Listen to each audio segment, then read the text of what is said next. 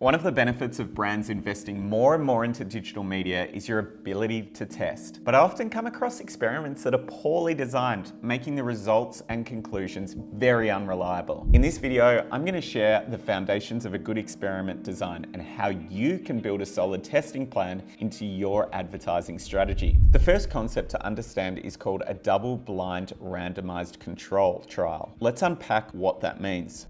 We'll start with the control. In a well-designed experiment, you'll always have a baseline group. This is the control. It shows us the effect of not having any changes. It also gives us a fair point of comparison with the other group you're experimenting on. For example, let's say you're working on a brand's email newsletter. You want to test if using emojis in your subject line increases the open rate. You might design your experiment where 10% of your database is your control, who receive the normal subject line. Another 10% is your experiment, who receive emojis. Then you send the statistically significant winner to the remaining 80% of your database. Importantly, the difference between the control and the experiment should only be one variable. If you write in all caps as well as emojis, you can't be sure which is the influencing the outcome. This is called an A/B test, and you're changing one variable between two groups.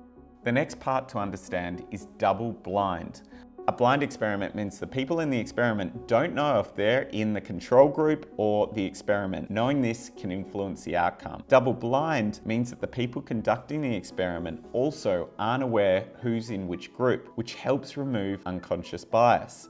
The last part is randomized. Humans tend to be really bad at randomizing, but problems can also arise when you self-select the control and experiment samples. For example, let's say you run a franchise. Some of the stores are corporate owned, some are owned by mum and pops. You want to compare the lift in sales of a loyalty program which runs only at the corporate owned sites. You can't compare the two groups, but this is not random and could lead to errors. For example, the corporate owned sites might have better sales staff or be cleaned more often, or maybe the corporate-owned sites are all on the West Coast, where the weather is better. Without randomization, you can't reliably measure the effect of the loyalty program. So that's how you set up an experiment, but it's just as important how you measure it. Before the experiment begins, you must be clear on your hypothesis, which is being specific about how you'll measure your test. In the example I just mentioned, you would want to be clear up front if the objective of the loyalty program was to increase basket size or was to increase repeat purchases. This should be written down and agreed on beforehand, not after you get results.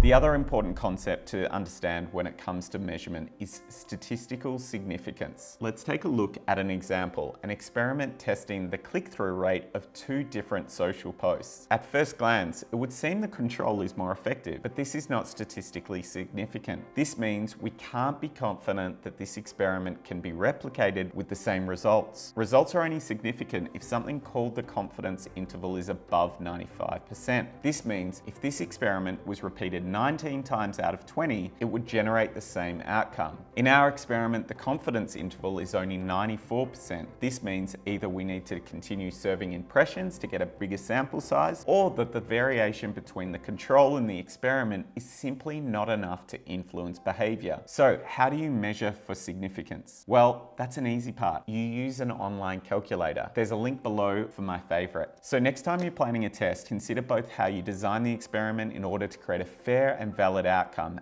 and how you'll measure it accurately to inform how you apply these learnings. Thanks to Strategy Finishing School member Zach Martin for contributing on this video.